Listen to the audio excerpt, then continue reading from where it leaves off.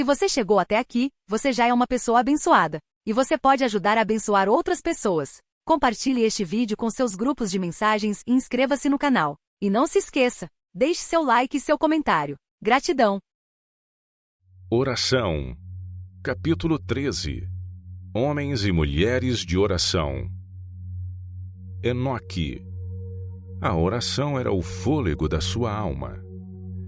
Comungando assim com Deus, Enoque veio a refletir mais e mais a imagem divina.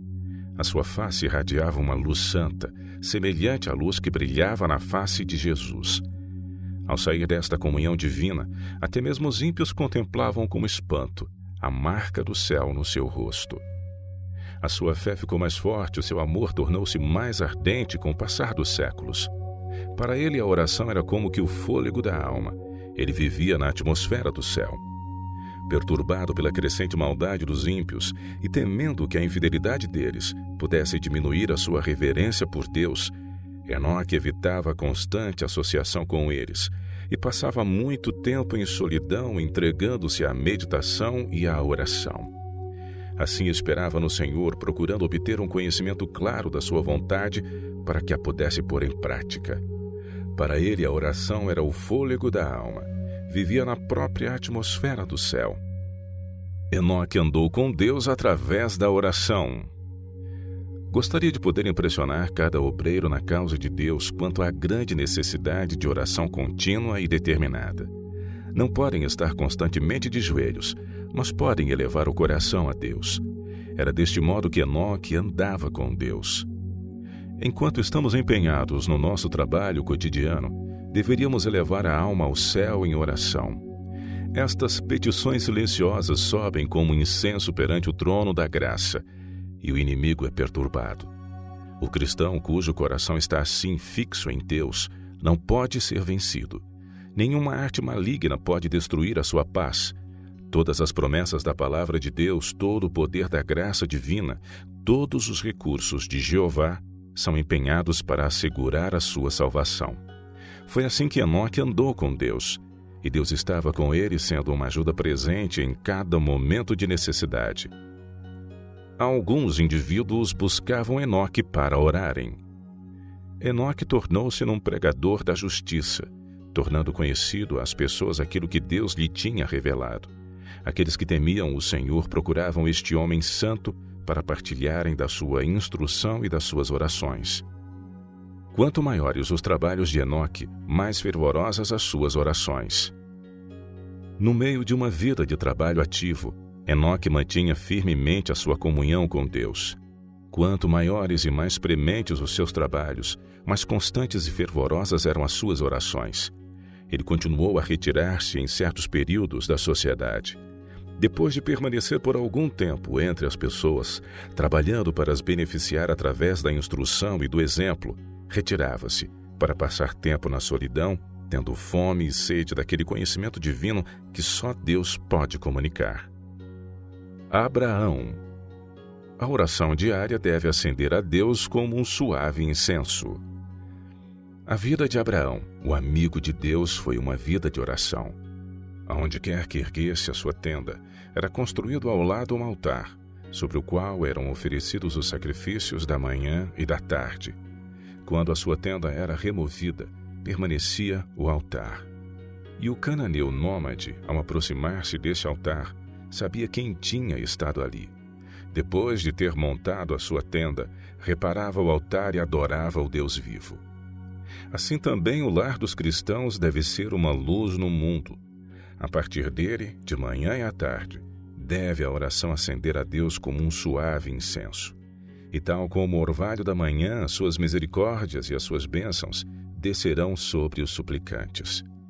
Pais e mães, cada manhã e cada tarde, reúnam os vossos filhos ao vosso redor e em súplica humilde elevem o coração a Deus em busca de ajuda. Os vossos entes queridos estão expostos à tentação. Perturbações cotidianas cercam o caminho dos jovens e dos adultos. Aqueles que querem viver uma vida paciente, amorável e animada, devem orar. Só recebendo a ajuda constante de Deus podemos ganhar a vitória sobre o eu. Cada manhã consagrem-se e consagrem os vossos filhos a Deus para esse dia. Não façam cálculos para meses ou anos, estes não são vossos. É-vos dado um breve dia. Como se fosse o vosso último dia na terra, trabalhem durante as suas horas para o Mestre. Coloquem todos os vossos planos perante Deus, para serem executados ou abandonados, segundo indicar a sua providência. Aceitem os seus planos em lugar dos vossos, mesmo se a sua aceitação requer o abandono de projetos acalentados. Assim, a vida será moldada mais e mais segundo o exemplo divino, e a paz de Deus, que excede todo o entendimento, guardará os vossos corações e os vossos sentimentos em Cristo Jesus. Filipenses 4, verso 7. Abraão orava com fé, apesar das circunstâncias difíceis. Abraão não podia explicar as orientações da providência. Não tinha realizado as suas expectativas, mas agarrou-se com força à promessa: abençoar-te-ei e engrandecerei o teu nome, e tu serás uma bênção. Com oração fervorosa, analisava como preservar a vida das pessoas que estavam com ele e os seus rebanhos, mas não permitiria que as circunstâncias abalassem a sua fé na palavra de Deus. Abraão orava a Deus com a confiança de uma criança que pede ao seu pai. 2 dos mensageiros celestiais partiram, deixando Abraão a sós com aquele que ele agora sabia ser o Filho de Deus. E o homem de fé intercedeu em favor dos habitantes de Sodoma. Uma vez tinha-os salvo com a sua espada, agora procurava salvá-los com a oração. Ló e a sua família ainda habitavam ali, e o amor altruísta que levou Abraão a salvá-los dos elamitas procurava agora salvá-los, se fosse a vontade de Deus, da tempestade do juízo divino. Com profunda reverência e humildade, apresentou a sua súplica: eis que agora me atrevi a falar ao Senhor, ainda que sou pó e cinza. Não havia confiança em si mesmo, não havia alarde da sua própria justiça. Não reclamou favor com base na sua obediência ou nos seus sacrifícios que tinha feito ao cumprir a vontade de Deus. Sendo ele mesmo um pecador, apelou em favor do pecador. Todos os que se aproximam de Deus devem ter este espírito. No entanto, Abraão manifestou a confiança de uma criança que pleiteia com um pai amorável. Aproximou-se do mensageiro celestial e apresentou fervorosamente a sua petição. O amor por almas prestes a perecer inspirou a oração de Abraão. Embora abominasse os pecados daquela cidade corrupta, desejava que os pecadores pudessem ser salvos. O seu profundo interesse por Sodoma mostra a ansiedade que devemos sentir pelos impenitentes. Devemos acalentar o ódio ao pecado, mas devemos sentir pena e amor pelo pecador. Jacó. A experiência de Jacó ensina-nos a importância da oração que vence. Jacó prevaleceu porque era perseverante e determinado. A sua experiência dá testemunho sobre o poder da oração importuna. É agora que devemos aprender esta lição sobre a oração que vence, sobre a fé que não cede. As maiores vitórias da Igreja de Cristo ou do cristão individual não são aquelas que são ganhas pelo talento ou pela educação, pela riqueza ou pelo favor dos homens. São as vitórias que são ganhas na câmara de audiência de Deus, quando a fé fervorosa e agonizante se apodera do poderoso braço onipotente. Aqueles que não estão dispostos a abandonar cada pecado e a buscar fervorosamente a bênção de Deus, não a obterão. Mas todos aqueles que se apoderam das promessas de Deus, como fez Jacó, e forem tão fervorosos e tão perseverantes como ele foi, serão bem-sucedidos como ele foi bem-sucedido. Moisés. Sigam o exemplo de Moisés na oração. Falem menos. Muito tempo precioso é perdido em conversa que não traz qualquer luz. Que os irmãos se unam em jejum e oração para pedirem a sabedoria que Deus prometeu prover liberalmente. Tornem conhecidos a Deus os vossos problemas. Digam-lhe, como fez Moisés: eu não posso liderar este povo a não ser que a tua presença venha comigo. E depois peçam ainda mais: orem como Moisés. Rogo-te que me mostres a tua glória. Êxodo 33, 18. O que é esta glória? O caráter de Deus. Isto foi o que ele proclamou a Moisés. Moisés intercedeu com sucesso por Israel.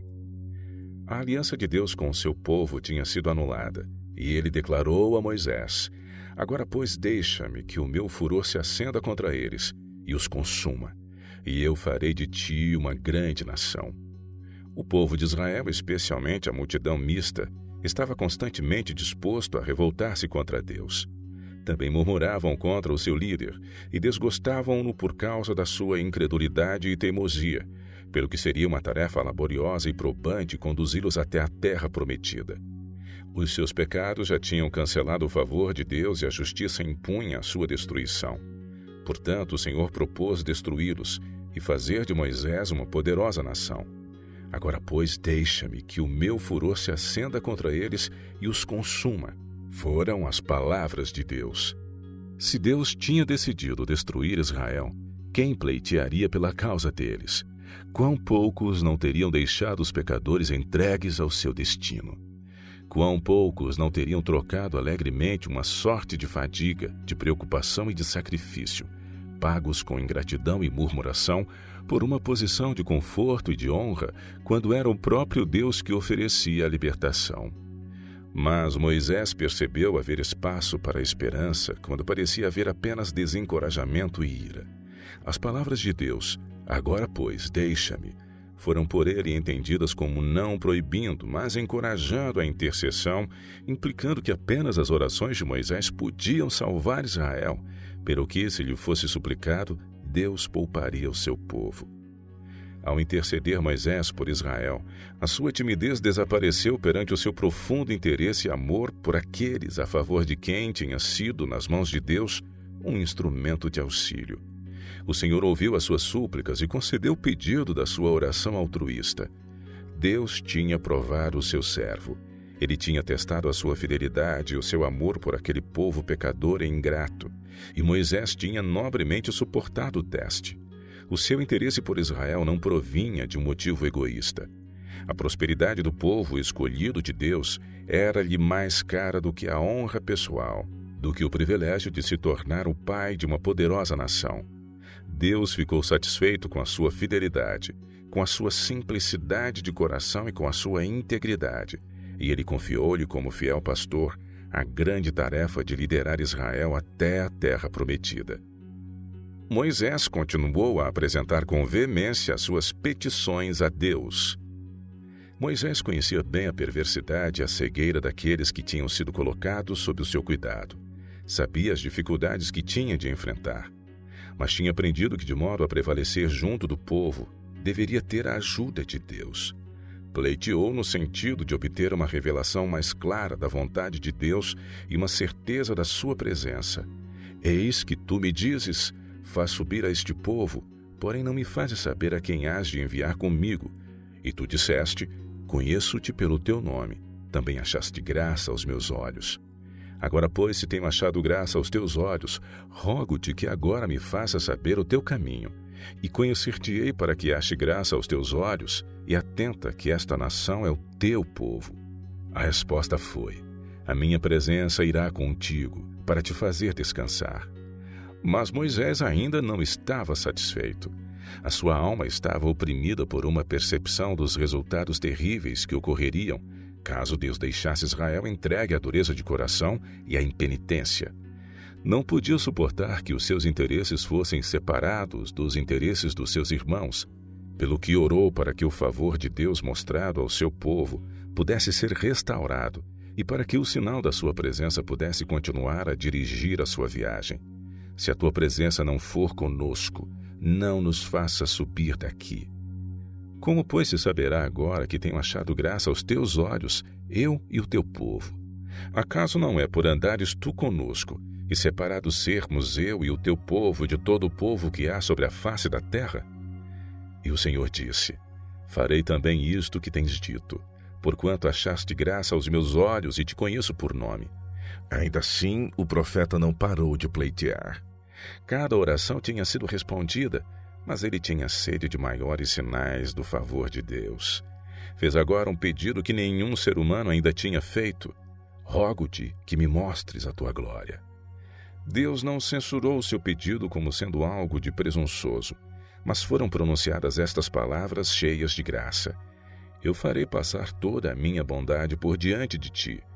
Nenhum homem, no presente estado mortal, pode contemplar a glória não velada de Deus e viver. Mas Moisés estava seguro de que deveria contemplar tanto da glória divina quanto pudesse suportar. De novo foi convocado para o cimo do monte. Então a mão que fez o mundo, aquela mão que transporta as montanhas sem que o sintam, Jó capítulo 9, verso 5, tomou esta criatura de pó, este poderoso homem de fé, e colocou-o numa fenda da penha, enquanto a glória de Deus e toda a sua bondade passavam perante ele. Esta experiência, sobretudo a promessa de que a presença divina o acompanharia, foi para Moisés uma garantia de sucesso no trabalho que tinha perante ele, e considerou-a de valor infinitamente maior do que toda a sabedoria do Egito ou do que todas as suas realizações como estadista e líder militar. Nenhum poder, habilidade ou sabedoria podem tomar o lugar da presença de Deus. Sob pressão, a oração de Moisés foi quase uma queixa. O coração de Moisés derreteu-se. Tinha pleiteado para que Israel não fosse destruído, ainda que a sua própria posteridade pudesse tornar-se então numa grande nação. No seu amor por eles, tinha orado para que o seu nome fosse riscado do livro da vida, caso eles fossem deixados a perecer. Tinha arriscado tudo por eles, e esta era a sua resposta. Acusaram-no de ser a causa de todas as suas dificuldades, mesmo dos seus sofrimentos imaginários, e a sua murmuração ímpia tornava duplamente pesado o fardo do cuidado e da responsabilidade que pesava sobre ele. Na sua perturbação foi tentado até a desconfiar de Deus. A sua oração foi quase uma queixa. Por que fizeste mal a teu servo? E por que não achei graça aos teus olhos, que puseste sobre mim o cargo de todo este povo? Donde teria eu carne para dar a todo este povo? Porquanto contra mim choram, dizendo: dá-nos carne a comer. Eu só não posso levar todo este povo, porque muito pesado é para mim. O Senhor escutou atentamente a sua oração e ordenou-lhe que reunisse 70 homens entre os anciãos de Israel, homens não apenas avançados nos anos, mas também possuindo dignidade, juízo são e experiência.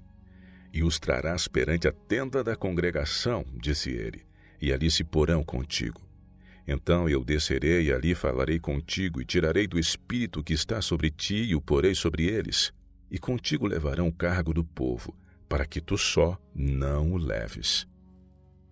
Moisés orou pedindo misericórdia para Israel. Moisés ergueu-se agora e entrou no tabernáculo. O Senhor declarou-lhe: com pestilência o ferirei e o rejeitarei, e farei de ti povo maior e mais forte do que este. Mas, mais uma vez, Moisés pleiteou a causa do seu povo. Não podia consentir que eles fossem destruídos, para que ele mesmo fosse feito uma nação mais poderosa. Apelando à misericórdia de Deus, disse: agora, pois, rogo-te que a força do meu Senhor se engrandeça, como tens falado, dizendo: o Senhor é longânimo e grande em beneficência. Perdoa, pois, a iniquidade deste povo, segundo a grandeza da tua benignidade, e como também perdoaste a este povo, desde a terra do Egito até aqui. O Senhor prometeu poupar Israel de uma destruição imediata, mas por causa da sua incredulidade e covardia, não podia manifestar o seu poder para dominar os seus inimigos. Portanto, na sua misericórdia, ordenou-lhes, como um único procedimento seguro, que regressassem em direção ao Mar Vermelho. As orações de Moisés pouparam os israelitas aos juízos de Deus. Quando o povo contemplou o homem idoso que muito em breve lhe seria tirado, lembraram-se com um novo e mais profundo apreço da sua ternura paternal, dos seus conselhos sábios e dos seus trabalhos infatigáveis. Quantas vezes, quando os seus pecados tinham convidado os juízos justos de Deus, as orações de Moisés tinham prevalecido, levando-o a poupá-los. O seu desgosto foi acentuado pelo remorso. Lembraram-se amargamente de que a sua própria perversidade tinha provocado Moisés, levando-o a cometer o pecado pelo qual teria de morrer. A oração final de Moisés, atendida no Monte da Transfiguração. Nunca, até serem exemplificados no sacrifício de Cristo, foram a justiça e o amor de Deus mais manifestamente exibidos do que no seu lidar com Moisés. Deus manteve Moisés fora de Canaã para ensinar uma lição que nunca deveria ser esquecida. Ele exige total obediência e que os homens devem acautelar-se de tomarem para si a glória que é devida ao seu Criador. Ele não podia conceder a oração de Moisés para que este pudesse partilhar da herança de Israel, mas não esqueceu ou abandonou o seu servo. Tinha notado todo o ato de serviço fiel no decurso daqueles longos anos de conflito e de provação. No topo do Monte Pisga, Deus chamou Moisés para herdar uma herança infinitamente mais gloriosa do que a Canaã terrestre. No Monte da Transfiguração, Moisés estava presente com Elias, que tinha sido transladado. Foram enviados como portadores de luz e de glória do Pai para o seu filho, e assim a oração de Moisés, pronunciada tantos séculos antes, foi por fim atendida. Ele esteve de pé sobre a montanha agradável, no interior da herança do seu povo, testemunhando daquele em quem se centravam todas as promessas feitas a Israel. Esta é a última cena revelada à visão dos mortais na história daquele homem tão honrado pelo céu. Ana. O exemplo de Ana é um encorajamento para todas as mães. De Siló, Ana regressou pacatamente ao seu lar em Ramá, deixando a criança Samuel para ser formada para o serviço na casa de Deus, sob a instrução do sumo sacerdote. Desde o primeiro alvorecer do intelecto, ela tinha ensinado seu filho a amar e a reverenciar Deus e a considerar-se como pertencendo ao Senhor. A partir de cada objeto familiar que o rodeava, ela tinha procurado conduzir os seus pensamentos para o Criador. Depois de separada do seu filho, a solicitude da fiel mãe não cessou. Cada dia, ele era o tema das suas orações. Cada ano, ela fazia com as suas próprias mãos uma túnica de serviço para ele, e quando subia com o seu marido a Siló, dava à criança este lembrete do seu amor. Cada fibra da pequena veste tinha sido tecida com uma oração, pedindo que ele pudesse ser puro, nobre e verdadeiro. Ela não pedia grandeza mundana para o seu filho, mas pleiteava fervorosamente para que ele atingisse a grandeza que o céu valoriza, que honrasse Deus e abençoasse os seus semelhantes. Que recompensa foi a de Ana! E que encorajamento à fidelidade é o seu exemplo! Há oportunidades de valor inestimável, interesses infinitamente preciosos confiados a cada mãe. As humildes rotinas de deveres que as mulheres acabam por considerar uma tarefa fatigante deveriam ser consideradas como uma obra grandiosa e nobre. É privilégio da mãe abençoar o mundo com a sua influência, e ao fazer isto trará alegria ao seu coração. Ela pode estabelecer caminhos retos para os pés dos seus filhos através da luz e das sombras, que conduzem até as gloriosas alturas. Mas é apenas quando ela procura, na sua própria vida, seguir os ensinos de Cristo, que a mãe pode esperar formar o caráter dos seus filhos segundo o padrão divino. O mundo está cheio de influências corruptoras. A moda e o costume exercem um forte poder sobre os jovens. Se a mãe falha no seu dever de instruir, de guiar e de restringir, os seus filhos aceitarão naturalmente o mal e desviar-se-ão do bem. Que toda a mãe se dirija frequentemente ao seu Salvador com a oração. Ensina-nos como devemos orientar a criança e que lhe devemos fazer. Que ela obedeça à instrução que Deus deu na sua palavra e ser-lhe dada a sabedoria conforme a sua necessidade. Ana era uma mulher de oração. Ana não censurou o seu marido pelo seu casamento pouco sábio. O desgosto que ela não podia partilhar com nenhum amigo terreno, ela apresentou ao Pai Celestial e procurou consolação apenas daquele que tinha dito: invoca-me no dia da angústia, e eu te livrarei, e tu me glorificarás. Há um poder enorme na oração. O nosso grande adversário procura constantemente manter a alma perturbada longe de Deus. Um apelo ao céu pelo mais humilde santo é mais temido por Satanás do que os decretos de governos ou os mandatos de reis. A oração de Ana não foi ouvida por ouvidos mortais, mas chegou ao ouvido do Senhor dos Exércitos.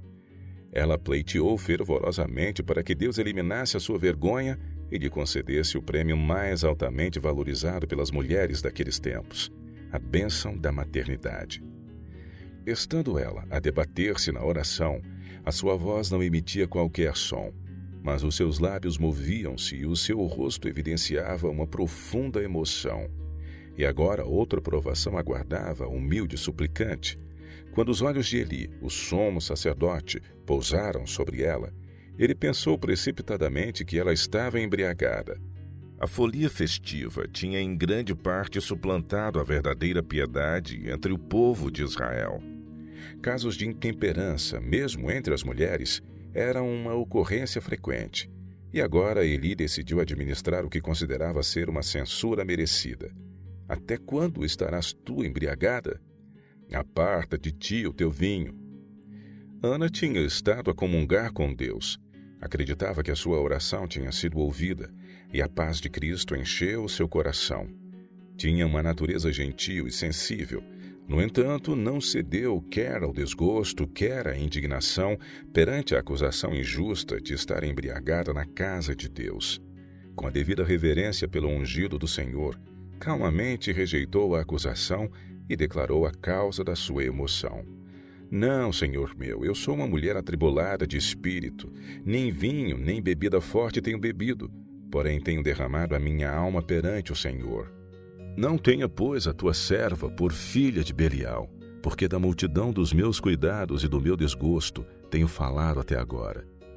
Convencido de que a sua censura tinha sido injusta, Eli respondeu: Vai em paz, e o Deus de Israel te conceda a tua petição que lhe pediste. Na sua oração, Ana tinha feito um voto de que, se o seu pedido fosse concedido, dedicaria o seu filho ao serviço de Deus. Deu a conhecer este voto ao seu marido e ele confirmou-o num solene ato de adoração, antes de deixarem Siló. A oração de Ana foi respondida, e ela recebeu o dom pelo qual tinha suplicado com tanto fervor. Ao olhar para o penhor do favor divino, ela deu à criança o nome Samuel, pedido a Deus. Elias. Elias orou pelo arrependimento de Israel. Entre as montanhas de Gileade, a leste do Jordão, habitava nos dias de Acabe um homem de fé e de oração, cujo ministério destemido estava destinado a deter a rápida expansão da apostasia em Israel. Estando muito longe de qualquer cidade de renome e não ocupando um lugar de destaque na vida, Elias, o tesbita, não deixou de entrar na sua missão com plena confiança no propósito de Deus de preparar o caminho perante ele e de lhe dar abundante sucesso. A palavra de fé e de poder estava nos seus lábios, e toda a sua vida foi dedicada à obra de reforma. Era a voz que clama no deserto, para censurar o pecado e rechaçar a maré do mal. E embora viesse ao povo como um reprovador do pecado, a sua mensagem oferecia o bálsamo de Gileade às almas doentes com o pecado de todos aqueles que desejavam ser curados. Vendo Elias que Israel se afundava cada vez mais na idolatria, a sua alma ficou perturbada e a sua indignação foi despertada. Deus tinha feito grandes coisas pelo seu povo.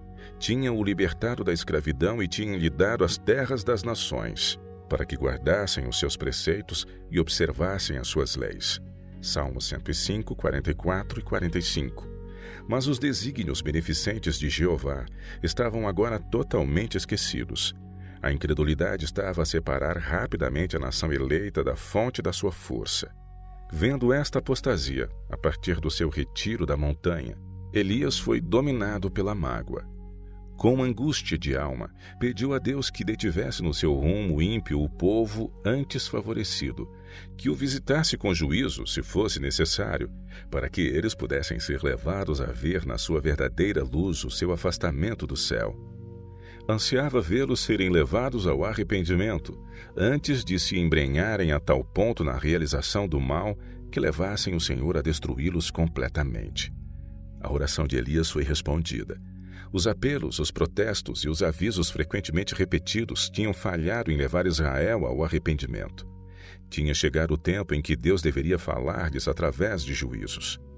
Dado que os adoradores de Baal pretendiam que os tesouros do céu, o orvalho e a chuva não provinham de Jeová, mas das forças governantes da natureza, e que era através da energia criativa do sol que a terra era enriquecida e produzia abundantes colheitas, A maldição de Deus deveria vir pesadamente sobre a terra poluída.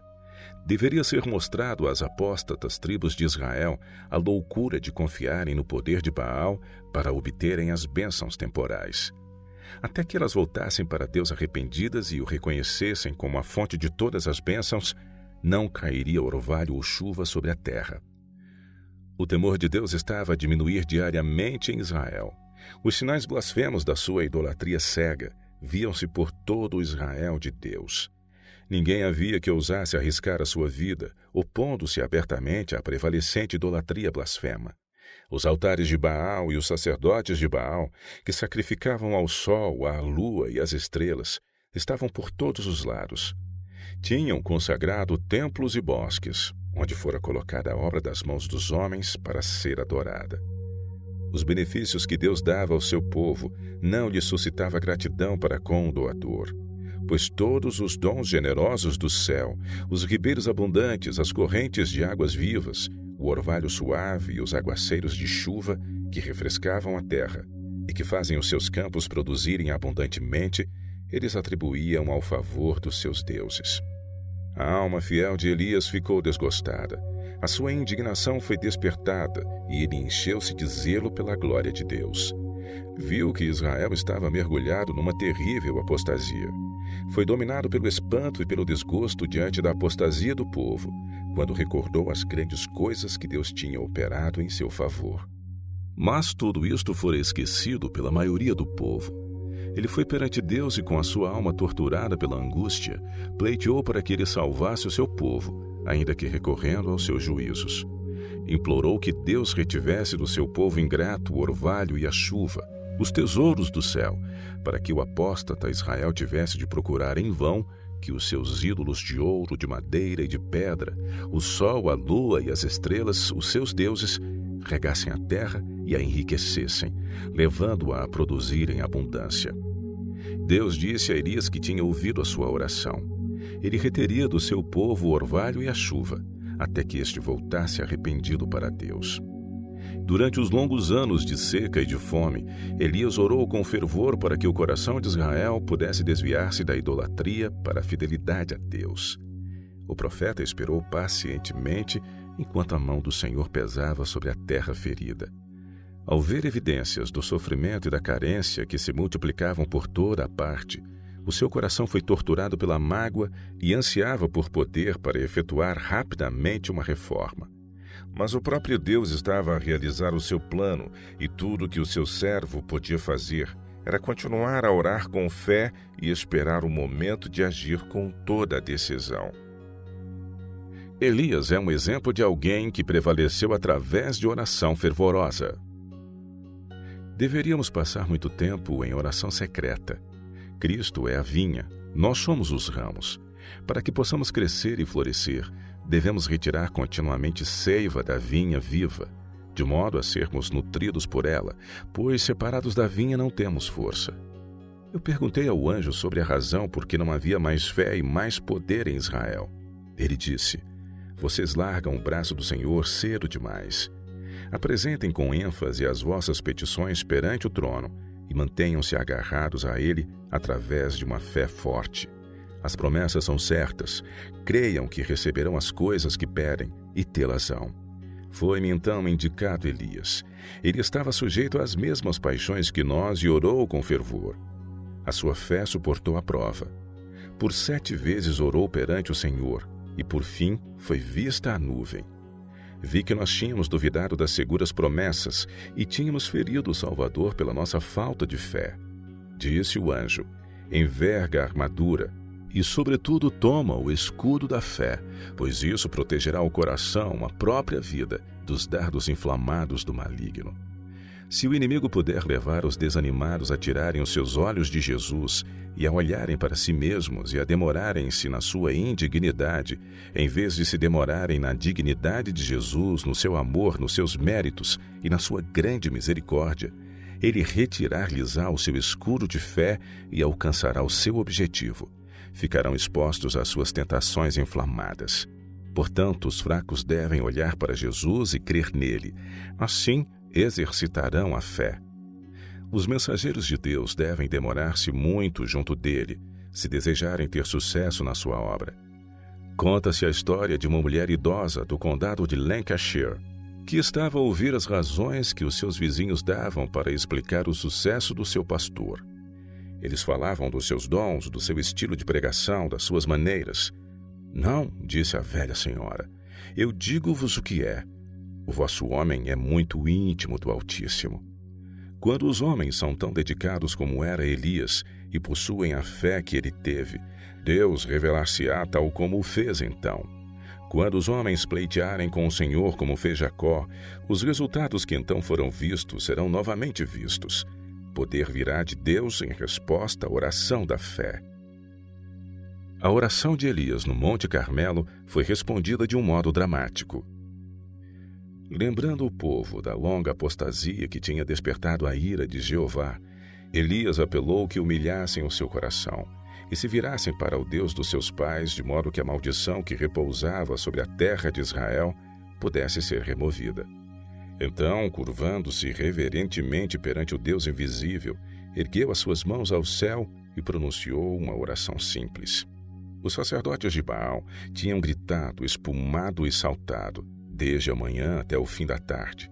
Mas ao orar Elias, nenhum grito irracional ressoa no Monte Carmelo. Ele ora como se soubesse que Jeová está ali, como testemunha daquela cena, como ouvinte do seu apelo. Os profetas de Baal oraram selvática e incoerentemente. Elias ora de modo simples e fervoroso, pedindo a Deus que mostre a sua superioridade sobre Baal, de modo que Israel possa ser levado a virar-se para ele. Senhor Deus de Abraão, de Isaque e de Israel, implora o profeta.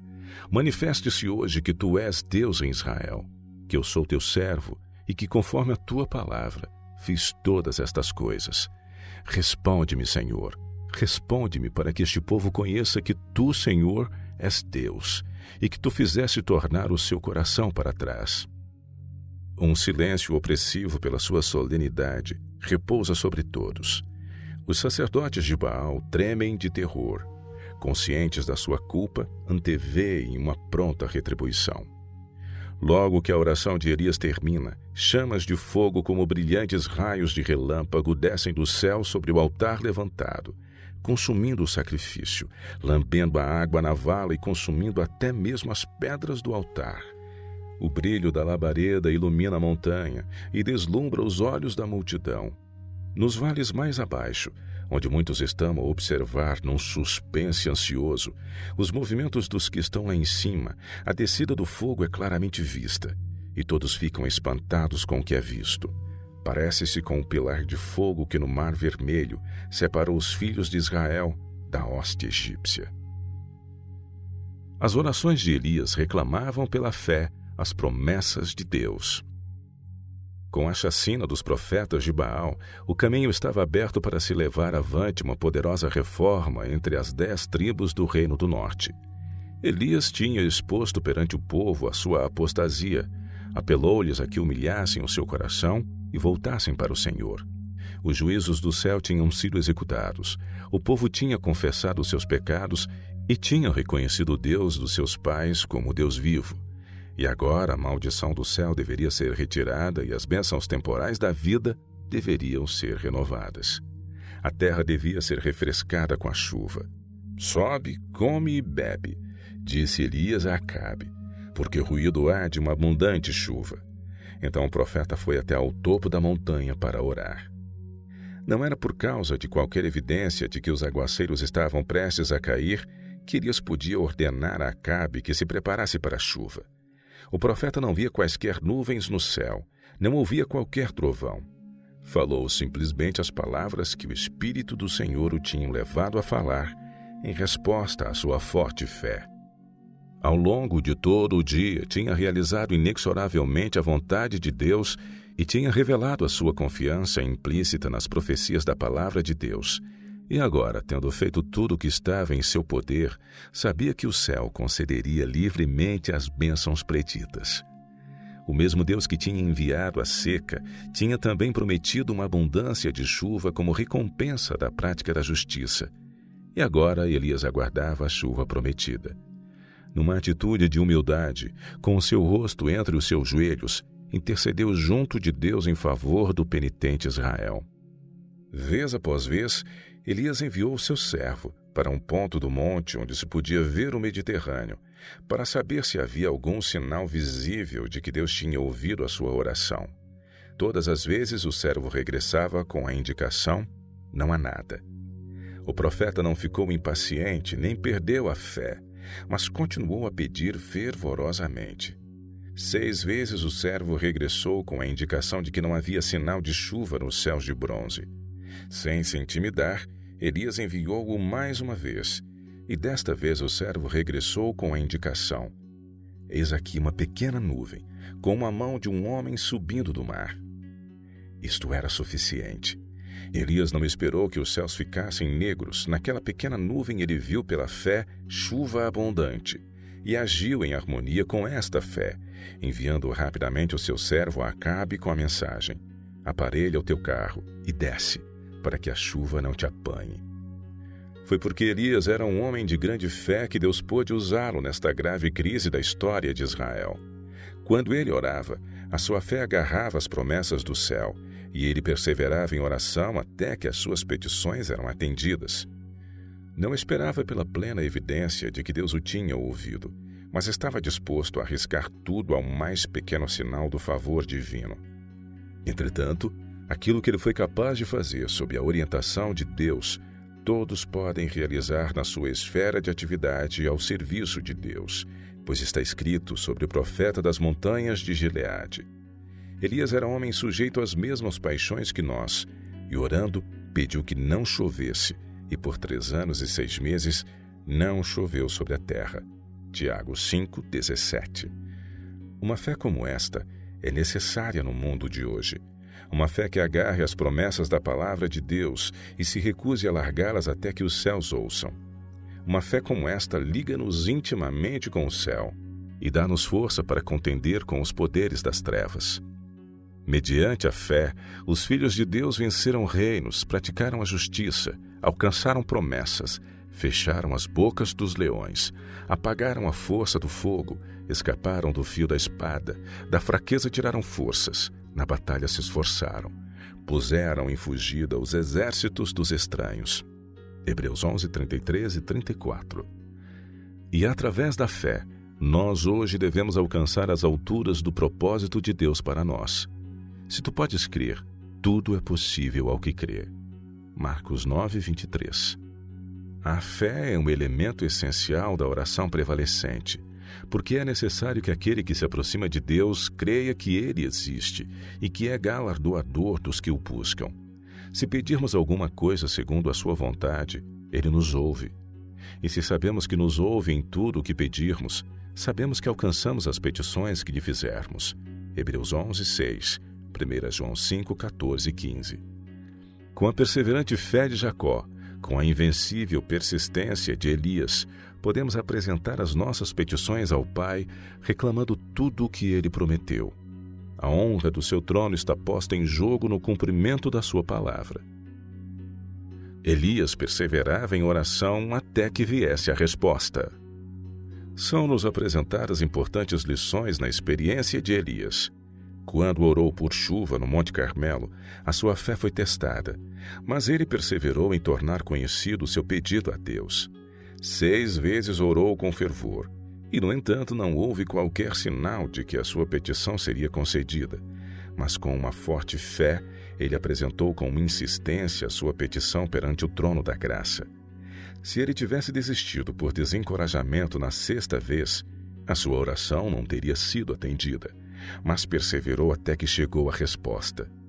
Nós temos um Deus cujo ouvido não está fechado às nossas petições, e se colocarmos à prova a sua palavra, Ele honrará a nossa fé. Ele quer que tenhamos todos os nossos interesses tecidos com os seus interesses, e então pode abençoar-nos com toda a segurança, pois não tomaremos para nós a glória quando recebermos a bênção, mas daremos todos os louvores a Deus.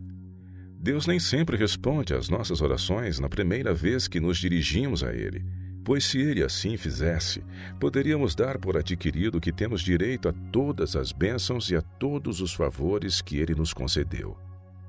Em vez de examinarmos o nosso coração para vermos se algum mal era acalentado por nós, se algum pecado era tolerado por nós, tornar-nos-íamos descuidados e deixaríamos de perceber a nossa dependência de Deus e a nossa necessidade da sua ajuda. Elias humilhou-se até estar numa condição tal que não tomaria a glória para si.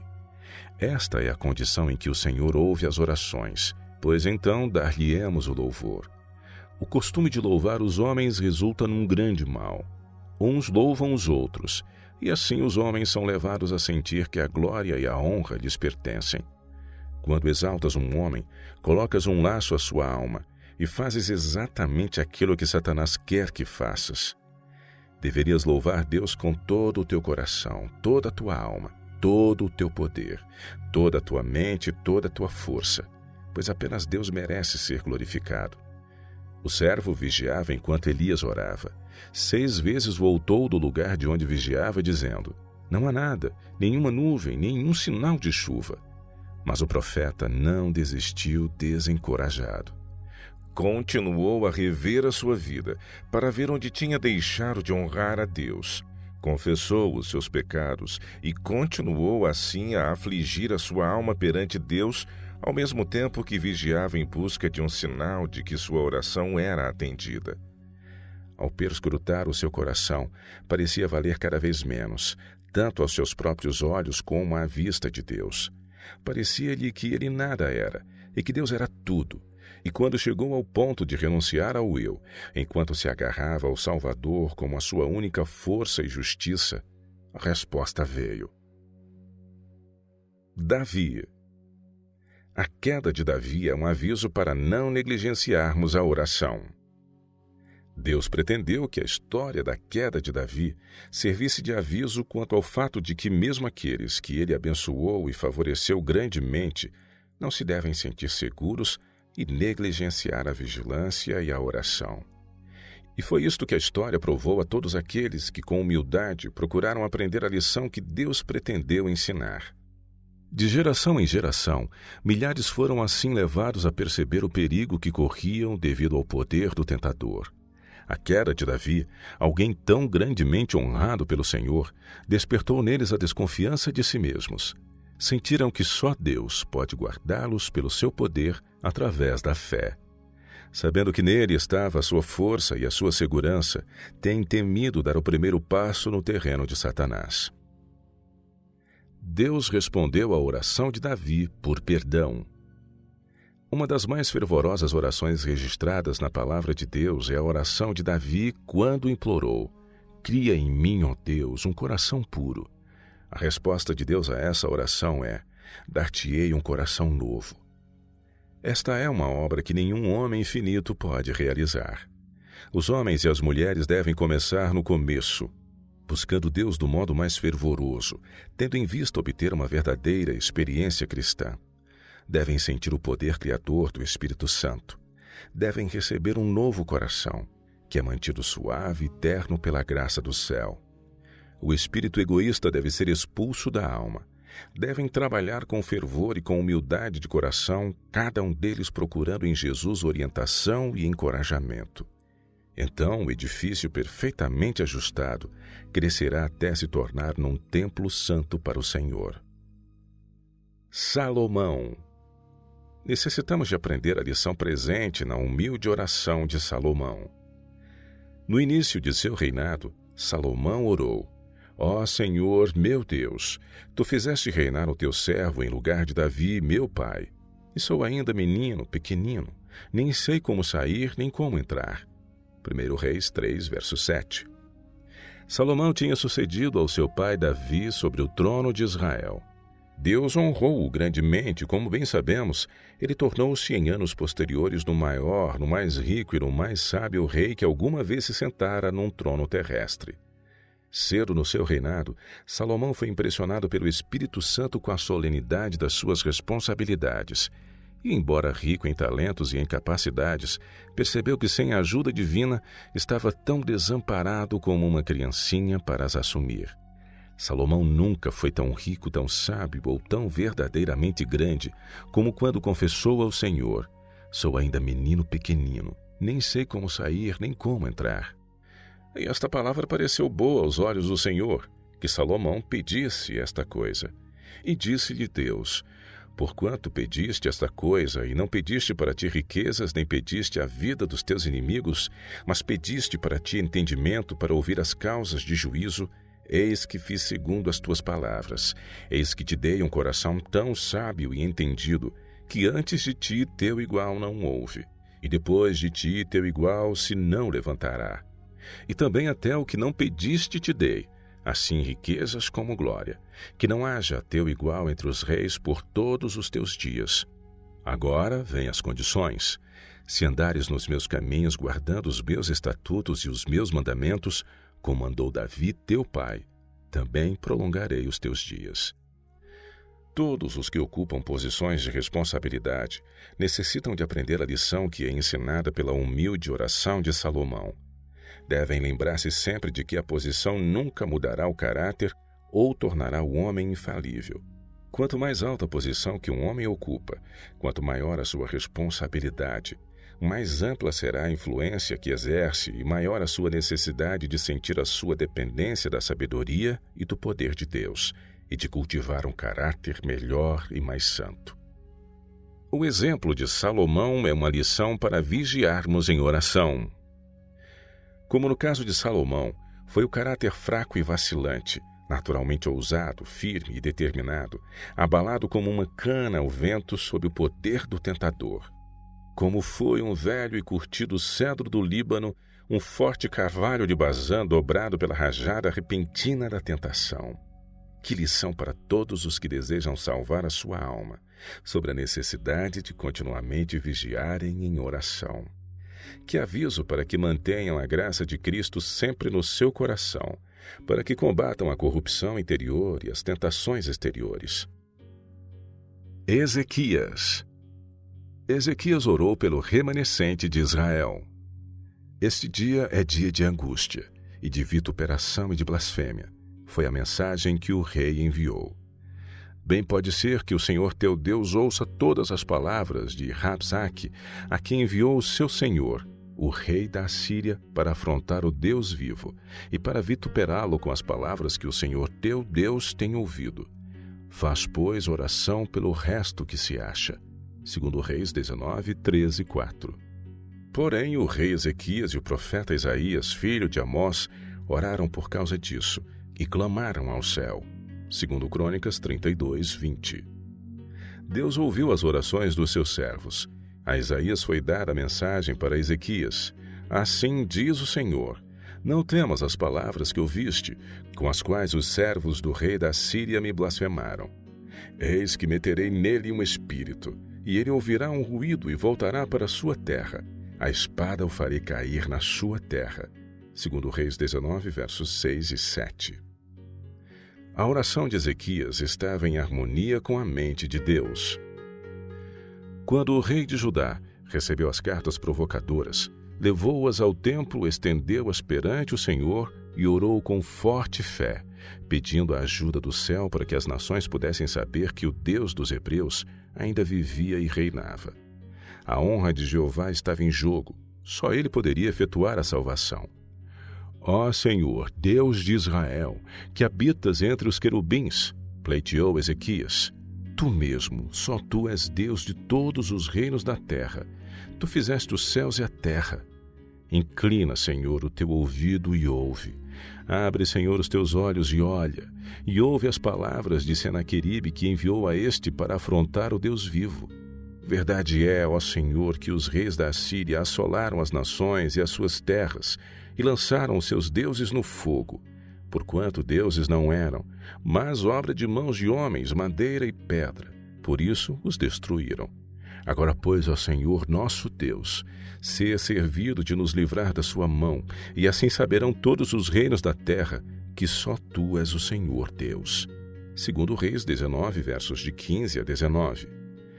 O pleito de Ezequias em favor de Judá e da honra do seu governante supremo estava em harmonia com a mente de Deus. Salomão, na sua bênção durante a dedicação do templo, tinha orado ao Senhor para que faça ele justiça ao seu servo e ao seu povo de Israel, segundo cada dia o exigir, para que todos os povos da terra saibam que o Senhor é Deus e que não há outro. 1 Reis, capítulo 8, versos 59 e 60. O Senhor deveria mostrar especialmente o seu favor quando, em tempos de guerra ou de opressão por parte de um exército estrangeiro, os principais homens de Israel entrassem na casa de oração e implorassem por salvação. Ezequias não foi deixado sem esperança. Isaías enviou-lhe uma mensagem dizendo: Assim diz o Senhor, Deus de Israel, o que me pediste acerca de Senaqueribe, rei da Síria, eu ouvi. Ezequias curado em resposta à oração. Desde os dias de Davi, não tinha reinado nenhum rei que tivesse atuado tão poderosamente como Ezequias para a edificação do reino de Deus num tempo de apostasia e de desencorajamento. O governante moribundo tinha servido ao seu Deus fielmente e tinha feito muito para fortalecer a confiança do povo em Jeová como seu governante supremo. E como Davi, podia agora pleitear: Chegue a minha oração perante a tua face. Inclina os teus ouvidos ao meu clamor, porque a minha alma está cheia de angústia e a minha vida se aproxima da sepultura. Pois tu és a minha esperança, Senhor Deus, tu és a minha confiança desde a minha mocidade. Por ti tenho sido sustentado desde o ventre. Não me desampares quando se for acabando a minha força. Ó Deus, não te alongues de mim. Meu Deus, apressa-te em ajudar-me. Não me desampares, ó Deus, até que tenha anunciado a tua força a esta geração e o teu poder a todos os vindouros. Salmos 88, versos 2 e 3 e 75, de 5 a 18. Aqueles cujas misericórdias não têm fim, Lamentações 3, 22, ouviu a oração do seu servo. Sucedeu, pois, que não havendo Isaías ainda saído do meio do pátio, veio a ele a palavra do Senhor, dizendo: Volta e diz a Ezequias, chefe do meu povo: Assim diz o Senhor, Deus de teu pai Davi: Ouvi a tua oração e vi as tuas lágrimas. Eis que eu te sararei. Ao terceiro dia subirás à casa do Senhor. E acrescentarei aos teus dias 15 anos, e das mãos do rei da Síria te livrarei, a ti e a esta cidade, e ampararei esta cidade por amor de mim e por amor de Davi, meu servo. 2 Reis, capítulo 20, versos de 4 a 6. Daniel. A oração de Daniel era eficaz e fervorosa. Daniel orou a Deus, sem a si mesmo se exaltar ou reclamar a posse de qualquer bondade. Ó Senhor, ouve. Ó Senhor, perdoa. Ó Senhor, atende-nos e opera sem tardar, por amor de ti mesmo, ó Deus meu. Isto é o que Tiago chama uma oração eficaz e fervorosa. Sobre Cristo é dito: E posto em agonia orava mais intensamente. Que contraste existe entre esta intercessão pela majestade do céu e as orações fracas e sem entusiasmo que são apresentadas a Deus. Muitos contentam-se com palavras vazias e poucos têm um anseio sincero, fervoroso e afetuoso por Deus. Daniel permaneceu fiel em oração, apesar da perseguição. Será que Daniel deixou de orar porque este decreto iria passar a vigorar? Não. Esse era precisamente o momento em que ele necessitava de orar. Daniel, pois, quando soube que a escritura estava assinada, entrou em sua casa. Ora, havia no seu quarto janelas abertas da banda de Jerusalém, e 3 vezes no dia se punha de joelhos, e orava e dava graças diante do seu Deus, como também antes costumava fazer. Daniel não procurou ocultar a sua lealdade a Deus. Não orou no seu coração, mas em alta voz, com a janela aberta na direção de Jerusalém, apresentou as suas petições ao céu. Então os seus inimigos apresentaram a sua queixa ao rei, e Daniel foi lançado na cova dos leões. Mas o Filho de Deus estava ali. O anjo do Senhor acampou-se ao redor do servo do Senhor, e quando o rei veio de manhã e chamou: Daniel, servo do Deus vivo, dar-se-ia o caso que o teu Deus, a quem tu continuamente serves, tenha podido livrar-te dos leões? Então Daniel falou ao rei: Ó rei, vive para sempre. O meu Deus enviou o seu anjo e fechou a boca dos leões, para que não me fizessem dano. Nenhum dano o tinha atingido, e ele exaltou o Senhor Deus do céu. Sinceridade e fervor caracterizavam as orações de Daniel. À medida que se aproximava o tempo para o encerramento dos 70 anos de cativeiro, a mente de Daniel esforçou-se muitíssimo para compreender as profecias de Jeremias. Viu que estava próximo o tempo em que Deus submeteria o seu povo escolhido a outro teste, e com jejum, humilhação e oração, importunou o Deus do céu em favor de Israel, usando as seguintes palavras: Ah, Senhor, Deus grande e tremendo, que guardas o conserto e a misericórdia para com os que te amam e guardam os teus mandamentos. Pecamos e cometemos iniquidade, e procedemos impiamente e fomos rebeldes, apartando-nos dos teus mandamentos e dos teus juízos. E não demos ouvido aos teus servos, os profetas, que em teu nome falaram aos nossos reis, nossos príncipes e nossos pais, como também a todo o povo da terra. Daniel 9, de 4 a 6. Daniel não proclama sua fidelidade pessoal perante o Senhor. Em vez de pretender ser puro e santo, este honrado profeta identifica-se humildemente com os que eram realmente pecadores em Israel. A sabedoria que Deus lhe tinha comunicado era tão superior à sabedoria dos grandes homens do mundo, como a luz do sol que brilha nos céus ao meio-dia é mais brilhante do que a mais fraca estrela.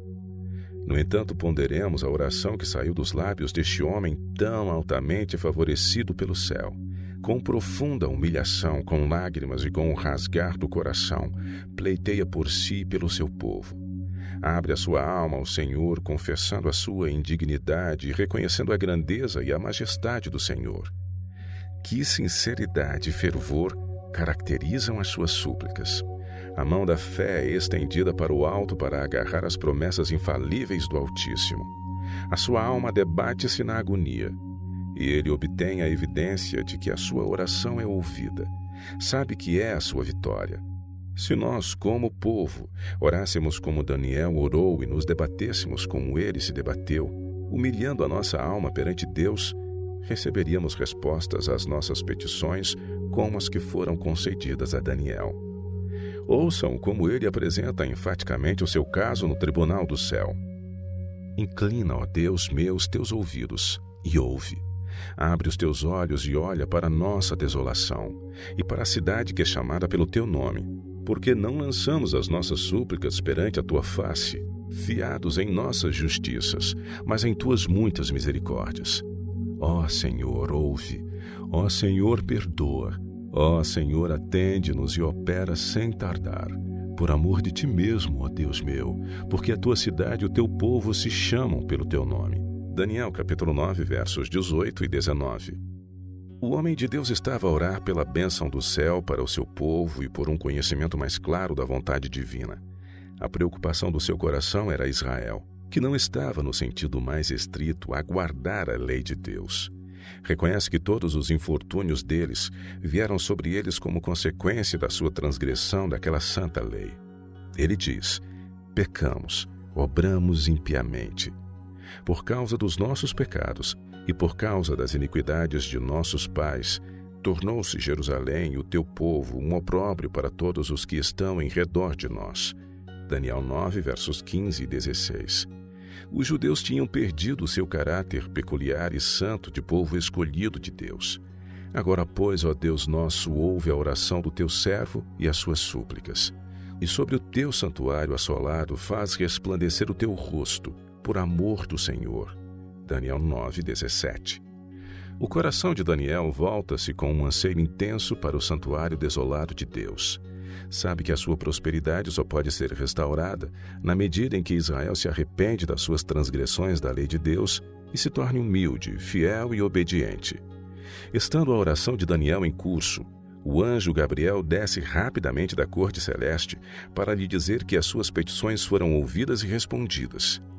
Este poderoso anjo foi comissionado para lhe dar perícia e entendimento, para abrir perante ele os mistérios das eras futuras. Assim, enquanto procurava com fervor reconhecer e compreender a verdade, Daniel foi levado a comungar com um mensageiro delegado pelo céu. Em resposta à sua petição, Daniel recebeu não só a luz e a verdade de que ele e o seu povo mais necessitavam, mas também uma perspectiva sobre os grandes acontecimentos do futuro, nomeadamente o advento do Redentor do mundo. Aqueles que pretendem estar santificados, ao mesmo tempo que não têm qualquer desejo de pesquisar as Escrituras ou de lutar com Deus em oração para obter um entendimento mais claro da verdade bíblica, não sabem o que é a verdadeira santificação. Neemias. A oração de Neemias é um exemplo para o povo de Deus hoje. O coração daqueles que advogam esta causa deve estar cheio do Espírito de Jesus. Só o grande médico pode aplicar o bálsamo de Gileade. Que estes homens leiam o livro de Neemias com um coração humilde, tocado pelo Espírito Santo. E as suas falsas ideias serão modificadas, e serão vistos princípios corretos, e a presente ordem das coisas será modificada. Neemias orou a Deus pedindo ajuda, e Deus ouviu a sua oração. O Senhor levou reis pagãos a auxiliarem-no. Quando seus inimigos trabalharam zelosamente contra ele, o Senhor operou através de reis para executar o seu propósito e para responder às muitas orações que subiam até ele, pedindo o auxílio de que eles tanto necessitavam. A oração tornou mais fortes a fé e a coragem de Neemias.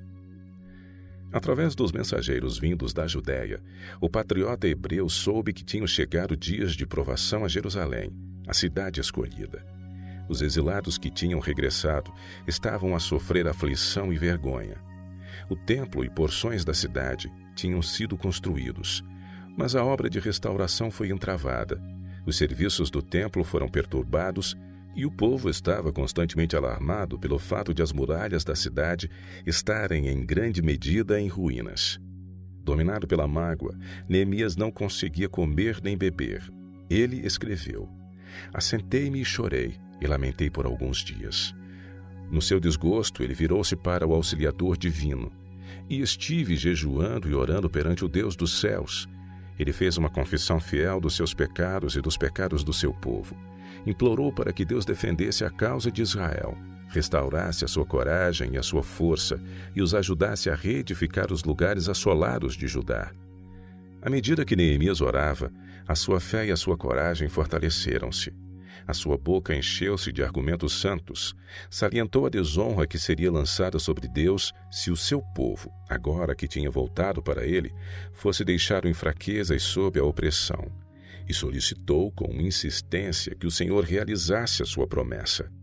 "E vós convertereis a mim e guardareis os meus mandamentos, e os fareis. Então, ainda que os vossos rejeitados estejam no cabo do céu, de lá os ajuntarei e os trarei ao lugar que tenho escolhido para ali fazer habitar o meu nome." Veja Deuteronômio 4, de 29 a 31. Esta promessa tinha sido dada a Israel através de Moisés antes de terem entrado em Canaã, e durante séculos tinha permanecido inalterada. O povo de Deus tinha agora voltado para ele em penitência e em fé, pelo que a sua promessa não falharia. Neemias tinha frequentemente derramado a sua alma em favor do seu povo, mas agora, ao orar, um propósito santo ganhou forma na sua mente. Decidiu que, se pudesse obter o consentimento do rei e a ajuda necessária para conseguir ferramentas e material, ele assumiria pessoalmente a tarefa de reconstruir as muralhas de Jerusalém e de restaurar o poder nacional de Israel.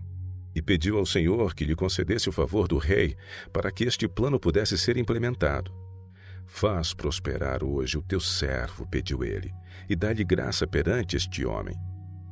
Durante 4 meses, Neemias aguardou uma oportunidade favorável para apresentar o seu pedido ao rei. Durante este período de tempo, embora o seu coração estivesse opresso pelo desgosto, procurava comportar-se de modo alegre na presença do rei. Naqueles salões de luxo e de esplendor, todos devem parecer despreocupados e alegres. A perturbação não deve ensombrar a face de qualquer servidor da realeza. Mas, nos momentos de retiro de Neemias, escondidas da vista humana, muitas eram as orações, as confissões, as lágrimas ouvidas e testemunhadas por Deus e pelos anjos. Neemias reconheceu o seu pecado pessoal nas suas orações.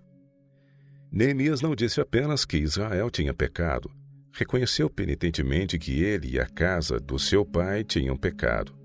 De todo nos corrompemos contra ti, diz ele, colocando-se entre os que desonraram Deus por não se manterem firmemente ao lado da verdade. Neemias humilhou-se perante Deus, dando-lhe a glória devida ao seu nome. O mesmo fez Daniel em Babilônia. Estudemos as orações destes homens. Elas ensinam-nos que nos devemos humilhar, mas que nunca devemos obliterar a linha de demarcação existente entre o povo de Deus que guarda os mandamentos e aqueles que não têm qualquer respeito pela sua lei. Neemias orou, tendo a certeza de que Deus cumpriria as suas promessas. Agarrando-se fortemente pela fé à promessa divina, Neemias depôs no escabelo da misericórdia divina a sua petição para que Deus defendesse a causa do seu povo penitente, restaurasse o seu poder e edificasse os seus lugares assolados. Deus tinha sido fiel às suas ameaças quando o seu povo se separou dele, tinha-os espalhado entre as nações segundo a sua palavra. E Neemias encontrou precisamente neste fato uma garantia de que ele seria igualmente fiel no cumprimento das suas promessas. Neemias ajustou as suas orações às necessidades do momento. A descrição da condição de Jerusalém despertou a simpatia do monarca sem suscitar os seus preconceitos. Outra questão ofereceu a oportunidade pela qual Neemias esperava há tanto tempo. Que me pedes agora? Mas o homem de Deus não se aventurou a responder até ter procurado a orientação de alguém mais elevado do que Artaxerxes. Ele tinha uma responsabilidade sagrada a cumprir, para a qual necessitava da ajuda do rei, e percebeu que muito dependia de apresentar o caso de tal modo que obtivesse a sua aprovação e recrutasse a sua ajuda. Então orei, disse ele, ao Deus dos céus. Nessa breve oração, Neemias apresentou-se na presença do Rei dos Reis e ganhou para o seu lado um poder que pode modificar o curso dos corações da mesma forma que os rios de águas têm o seu curso modificado. As orações de Neemias estavam ligadas com um firme propósito. A necessidade de Neemias na igreja hoje, não apenas de homens que podem orar e pregar, mas de homens cujas orações e cujos sermões estejam ligados a um firme e ambicioso propósito. Como Neemias, podemos orar em qualquer momento ou lugar. Orar como Neemias orou nessa hora de necessidade é um recurso à disposição do cristão, em circunstâncias em que outras formas de oração podem ser impossíveis. Os que se empenham nas absorventes atividades da vida, atarefados e quase subjugados pelas perplexidades, podem enviar um pedido a Deus, suplicando orientação divina. Os que viajam por mar e por terra, quando ameaçados por algum grande perigo, podem entregar-se à proteção do céu. Em tempos de súbita dificuldade ou perigo, o coração pode enviar o seu grito de socorro a alguém que se comprometeu a vir em auxílio dos seus fiéis e crentes, sempre que chamem por ele. Sob todas as circunstâncias, em todas as situações, o ser humano oprimido pela dor e pela preocupação, ou ferozmente assaltado pela tentação, pode encontrar segurança, apoio e socorro no infalível amor e no poder de um Deus que mantém a promessa. Neemias, naquele breve momento de oração dirigida ao Rei dos Reis, reuniu coragem para comunicar a Artaxerxes o seu desejo de ser desincumbido por algum tempo dos seus deveres na corte e pediu que lhe fosse concedida autoridade para reconstruir os lugares assolados de Jerusalém, de modo a torná-la novamente numa cidade forte e defendida. Dependiam deste pedido importantes resultados para a nação judaica. E declara Neemias: o rei mas deu segundo a boa mão de Deus sobre mim. Deus, na sua providência, não nos permite conhecer o fim desde o princípio, mas Ele dá-nos a luz da sua palavra para nos guiar ao avançarmos e ordena-nos que mantenhamos a nossa mente fixa em Jesus. Aonde quer que estejamos, seja qual for a nossa ocupação, o nosso coração deve ser elevado a Deus em oração. Isto é ser insistente na oração. Não necessitamos de esperar até que possamos curvar-nos sobre os nossos joelhos para orarmos. Numa ocasião, quando Neemias veio perante o rei perguntou-lhe por que ele parecia estar tão triste e perguntou-lhe também que pedido ele tinha a fazer-lhe. Mas Neemias não ousou responder imediatamente. Estavam em jogo interesses importantes. O destino de uma nação dependia da impressão que deveria ser então feita sobre a mente do monarca. E Neemias lançou uma oração ao Deus do céu antes de ousar responder ao rei. O resultado foi que obteve tudo o que pediu ou mesmo que desejava. Não há tempo ou lugar em que seja inapropriado dirigir uma petição a Deus. Não há nada que possa impedir-nos de mantermos o nosso coração no espírito de oração fervorosa. Entre as multidões da rua, no meio de uma transação comercial, podemos fazer uma oração a Deus e rogar por guia divina, tal como Neemias quando fez o seu pedido perante o rei Artaxerxes. Podemos encontrar um lugar de comunhão onde quer que estejamos. Deveríamos ter a porta do coração aberta continuamente e o nosso convite a ascender ao céu para que Jesus possa vir e habitar no nosso coração como um convidado celestial. Embora possa haver uma atmosfera poluída e corrompida ao nosso redor, não precisamos de respirar os seus miasmas, mas podemos viver no ar puro do céu. Podemos fechar todas as portas a imaginações impuras e pensamentos não santificados, se erguermos a mente à presença de Deus por meio da oração sincera. Aqueles cujo coração está aberto para receber o apoio e a bênção de Deus andarão numa atmosfera mais santa do que a da terra e terão constante comunhão com o céu. Neemias orou fervorosamente toda a noite. Em segredo e em silêncio, Neemias completou seu circuito ao redor das muralhas. Ele declara: "E não souberam os magistrados aonde eu fui, nem o que eu fazia. Porque ainda até então nem aos judeus, nem aos nobres, nem aos magistrados, nem aos mais que faziam a obra, tinha declarado coisa alguma." Nesta vistoria dolorosa, não desejava atrair a atenção dos seus amigos ou dos seus inimigos, para que não fosse suscitado um entusiasmo e não fossem postos a circular relatos que pudessem impedir ou pelo menos entravar a sua obra. Neemias dedicou o resto da noite à oração, pois na manhã seguinte deveria despender um esforço fervoroso para motivar e unir os seus compatriotas desanimados e divididos. O sucesso de Neemias mostra o poder da oração. Na sua obra, Esdras e Neemias humilharam-se perante Deus, confessando seus pecados e os pecados do seu povo e pedindo perdão como se eles mesmos fossem os ofensores. Trabalharam, oraram e sofreram com paciência. Aquilo que tornou a sua obra mais difícil não foi a hostilidade aberta dos pagãos, mas a oposição secreta dos supostos amigos, que, colocando a sua influência ao serviço do mal, aumentaram 10 vezes mais o fardo dos servos de Deus. Estes traidores forneceram aos inimigos do Senhor o material para ser usado na sua guerra contra o seu povo. As suas paixões malignas e a sua vontade rebelde estiveram sempre em guerra com os requisitos manifestos de Deus. O sucesso que acompanhou os esforços de Neemias mostra o que a oração, a fé e a ação enérgica podem realizar. Neemias não era um sacerdote, não era um profeta, não tinha qualquer pretensão a um título elevado. Era um reformador suscitado para um tempo importante. O seu objetivo era colocar o seu povo numa correta relação com Deus.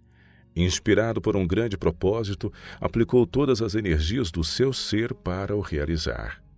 Integridade elevada e inflexível marcou os seus esforços. Ao entrar em contato com o mal e com a oposição ao que era correto, tomou uma posição tão decidida que o povo foi despertado para trabalhar com zelo e coragem renovados. Não podiam deixar de reconhecer a sua lealdade, o seu patriotismo e o seu profundo amor a Deus. E vendo isto, estavam dispostos a segui-lo para onde ele os conduzisse. João Batista. João passava tempo em meditação e oração para conhecer a vontade de Deus para a sua vida. A vida de João não foi gasta em ociosidade, melancolia ascética ou em isolamento egoísta. De tempos a tempos saía para se misturar com os homens e era sempre um observador interessado do que se passava no mundo. A partir do seu retiro sossegado, observava o desenrolar dos acontecimentos. Com visão iluminada pelo Espírito Divino, estudava o caráter dos homens para poder compreender como alcançar o coração deles com a mensagem do céu. O fardo da sua missão estava sobre ele. Na solidão, através de meditação e de oração, procurou preparar a sua alma para a obra da sua vida que estava perante si. A oração capacitou João para enfrentar os reis da terra. João Batista foi ensinado por Deus durante a sua vida no deserto. Estudou as revelações de Deus na natureza. Sob a direção do Espírito Divino, estudou os rolos dos profetas. De dia e de noite, Cristo era o seu estudo, a sua meditação, até que a mente, o coração e a alma foram cheios da visão gloriosa. Ele viu o Rei na sua beleza e perdeu de vista o seu ego. Contemplou a majestade da santidade e tomou consciência de que era ineficiente e indigno. Era a mensagem de Deus que ele tinha de declarar. Era no poder de Deus e na sua justiça que ele deveria erguer-se. Estava pronto a avançar como mensageiro do céu, sem temor do que era humano, porque tinha contemplado o divino. Podia erguer-se sem temor na presença de monarcas terrenos, porque se tinha inclinado, tremente, perante o Rei dos Reis.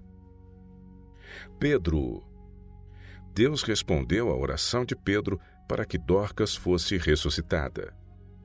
O coração do apóstolo foi tocado pela simpatia ao contemplar a mágoa das pessoas. Então, indicando que os amigos chorosos saíssem do quarto, ajoelhou-se e orou fervorosamente a Deus para que restaurasse a vida e a saúde de Dorcas. Voltando-se para o cadáver, disse: Tabita, levanta-te. E ela abriu os olhos e, vendo a Pedro, assentou-se.